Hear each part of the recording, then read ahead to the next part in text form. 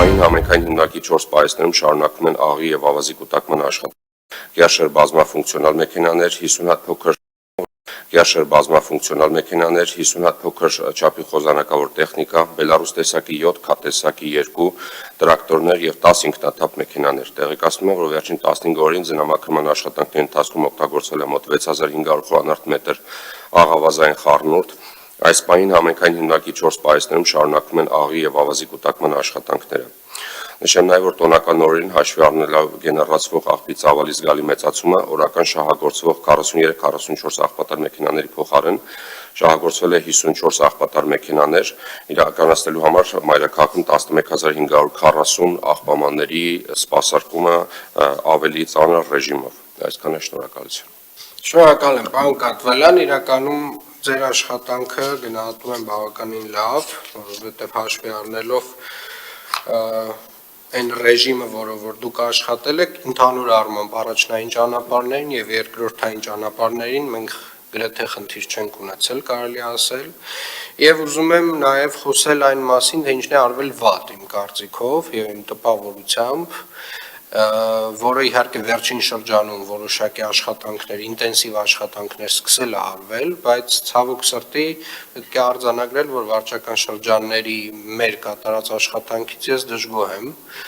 եմ մի քանի պատճառներով։ Առաջին հերթին իմ կարծիքով մենք բավարար չափով ջանք չենք գործադրել, որպեսզի մասնավոր տնտեսվարողները, ովքեր ունեն պարտականություն, իրենց դիմացի հատվածներում ձնամաքրման աշխատանքներ իրականացնելու համար այդ աշխատանքների մասին տեղեկացված լինեն։ Ինչի չենք կատարել, ինչն է հիմքը, որ կարող եմ սա պնդել, որովհետև մենք ունենք վարչական շրջաններ, ովքեր որ բացարձակապես որևէ վարչական տուգանք այս հոդվածով չեն գրել այս շրջանում։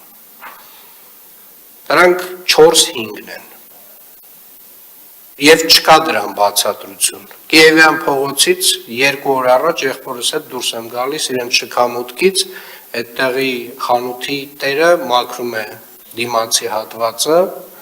եւ ինձ ասում է ինձ սրա համար փող պետք է տաք։ Այսինքն այդ մարդը չգիտի, որ ինքը պարտավոր է դա անել։ Ավականու որոշմամբ մասնավոր տնտեսվարողները, ովքեր որ առաջնային գծում ունեն օբյեկտներ, հասարակական տարածքներ, բիզնես, իրենք պարտավոր են այս ձնամաքրման աշխատանքներին մասնակցել։ Պարտավոր են նաև համատիրությունները։ Սա մեկ։ Եվ այն վարչական շրջանները, ովքեր որ չգիտեմ ինչ պատճառով եւ ինչ բացատրությամբ եւ ինչ հիմնավորմամբ այս վարչական տուգանքները չեն գրել, իրականում պետքա բացատրեն եւ հիմնավորեն, որովհետեւ ինձ մոտ մեծ հարց է առաջանում։ Երկրորդը, հունվարի 1-ից 3-ը, եթե ոչ 31-ից, մեր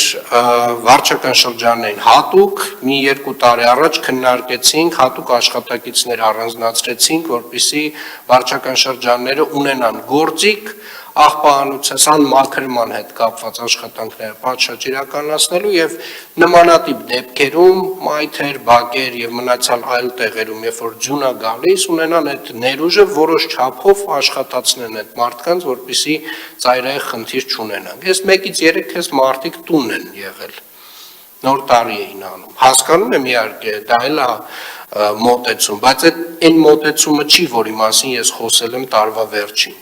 Ես հատուկ շեշտել եմ, հարգելի գործընկերներ, որ մենք ունենք ձյուն, դեռ դեկտեմբերի վերջին եմ խոսել դրա մասին, եւ պետք է աշխատենք 24/7 ռեժիմով, ինչպես աշխատել է ԵԱՍՄ հիմնարկը։ Սա 2 եւ 3, հարգելի գործընկերներ, դուք ունեք մոտավորապես հանրագումարով 300 աշխատակիցներ, ովքեր որ պետք է զբաղված լինեն տարատեսակ վարչական խախտումներ արձանագրելով, եւ այդ արձանագրությունների թվերը, երբ որ ես հանում եմ, ձեր 300 աշխատակիցների, համեմատում եմ օրինակ նույն հասարակական կարգի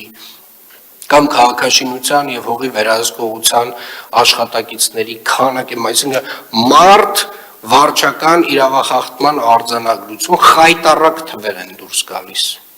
Ուղղակի խայտառակ թվեր են դուրս գալիս։ Եվ ես հասկանում եմ, որ այդտեղ ունենք լուրջ փոփոխությունների կարիք, որը շուտով կքննարկենք անպայմանորեն։ Այսինքն մոտավորապես, չգիտեմ ինչ ասեմ, տենց անհամադրելի քանակ է, էլի։ Այսինքն մեկ հասարակական կարգի պահպանության աշխատակիցը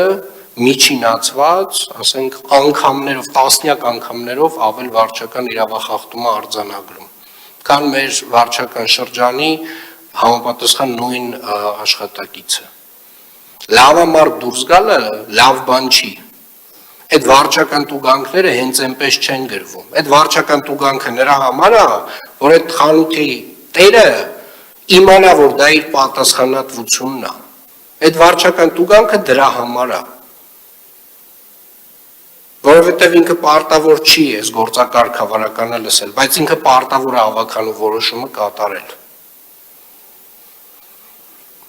Պարոն Կարոյան, ինձ թվում է մենք տեխնիկայի հավելյալ կարիք այնուամենայնիվ ունենալու ենք, խնդրում եմ մի հատ գույքագրել վերջնական ինչ քանակ ինչ ծավալի տեխնիկա է մեզ պետք, ունիվերսալ տեխնիկա հավելյալ,